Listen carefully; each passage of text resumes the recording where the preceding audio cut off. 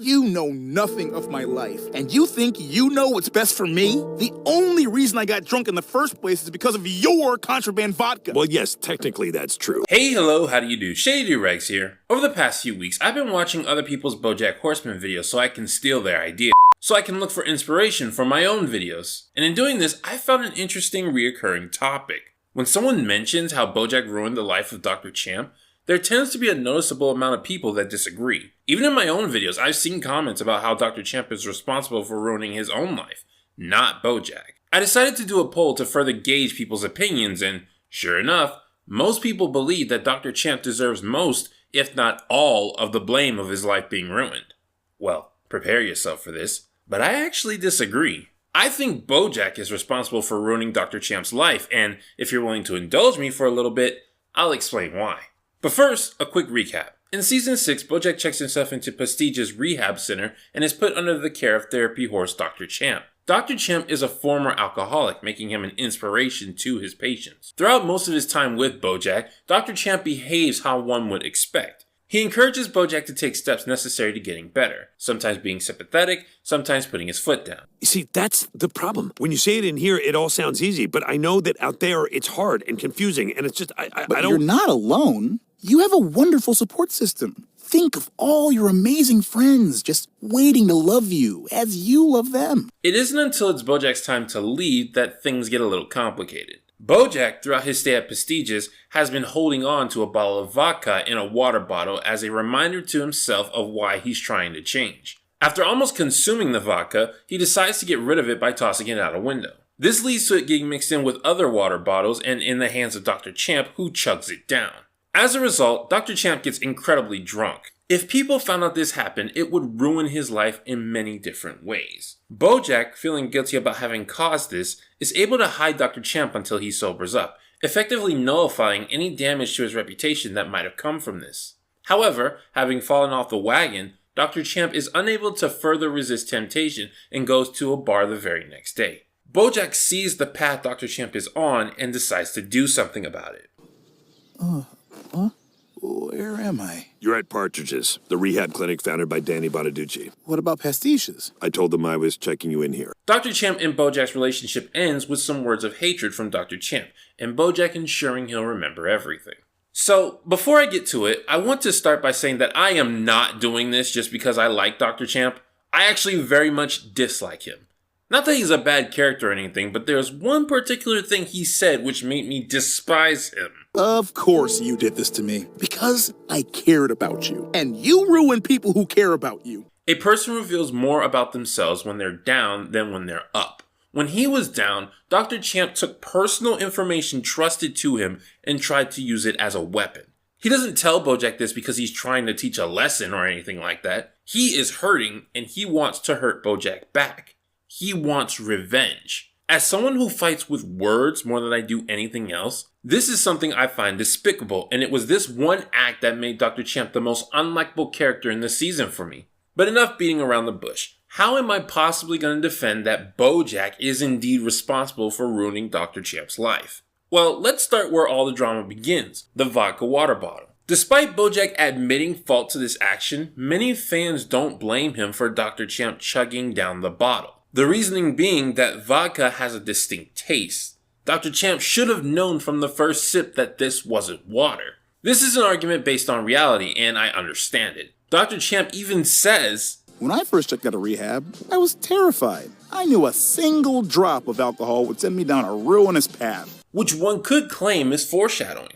But the notion of Dr. Champ knowing that it was vodka on the first sip is nothing more than headcanon. For those of you who think that's an attack from One Piece, headcanon is when you rationalize a detail with the story using elements the story hasn't presented. You basically make something up and say it's true to the story. You can insert minor details like how a character is feeling to major ones like entire scenes that happen off screen. And the source of headcanons can range from any place. This includes reality. When people see Dr. Champ chugging down a bottle of vodka thinking it's water, their brains aren't willing to believe that because vodka tastes nothing like water. And so to rationalize it, they come up with the headcanon that he immediately recognized the taste and proceeded to drink it anyway. It should go without saying, but a headcanon is not canon. Even if it's a popular headcanon, even if it's one that makes complete sense, it's still only true within the minds of fans. Thus, if someone else doesn't believe your headcanon, their interpretation of events is just as valid. You could argue even more valid. Come on, Shady, if you don't use knowledge that Dr. Champ knew it was vodka, how does that scene even make sense? Well, for one, I could come up with my own headcanon. Something along the lines of, Dr. Champ lost all sense of taste. Boom! Not as mentally satisfying as your headcanon, but it gets the job done. Personally, while I do find that he knew from the first sip to be very believable, I choose another course of action outside of headcanon.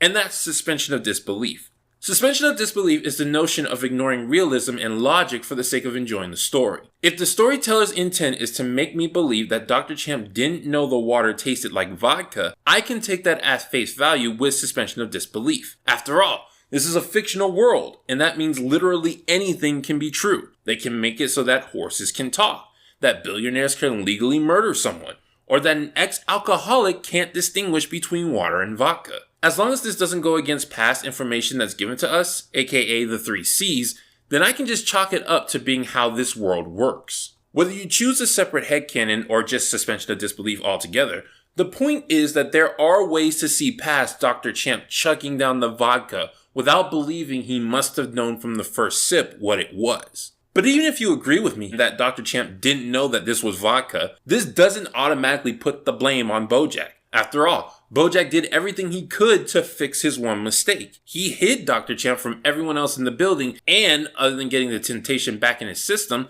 Dr. Champ faced zero consequences from Bojack's mistake. When he goes to the bar to refuel his drunkenness, that is all Dr. Champ. So how can I possibly justify the claim that Bojack is at fault for ruining Dr. Champ's life? Well, let me ask this. When Dr. Champ is at the bar, drinking like crazy, at that moment, is his life ruined? And let me also ask this. What's to stop Bojack from ignoring Dr. Champ, turning around, and leaving the bar? Drinking is not what ruined Dr. Champ's life. It was the consequences of drinking which Dr. Champ had been successfully avoiding. I'm drunk. Not okay. Can't let anyone know about this. Shh. Yeah. It wasn't until Bojack informed other people, thus forcing Dr. Champ to face the consequences, in which Dr. Champ's life becomes ruined. Those people need me to be an example of success. You can't help anybody else unless you're honest with yourself. You've destroyed me. I can never go back to pastiches now. My husband will leave me. I promised him I would never drink again after what happened to our daughter. Obviously, you could make the argument that if Bojack just left Dr. Champ in the bar, he would have eventually ruined his own life, as that was the path he was headed down. You can even argue that he would have suffered a worse fate. But that's not what happened. So even though I despise Dr. Champ, even though I don't feel sorry for what happened to him, and even though I sympathize with Bojack's actions, speaking objectively, Bojack did ruin Dr. Champ's life. Not because he got him drunk, but because he forcefully tried to help Dr. Champ, who didn't ask for it. I want you to remember this, Bojack. I want you to remember what you did to me. This has been Shady Doorags. So long. Farewell. Auf Wiedersehen. Goodbye.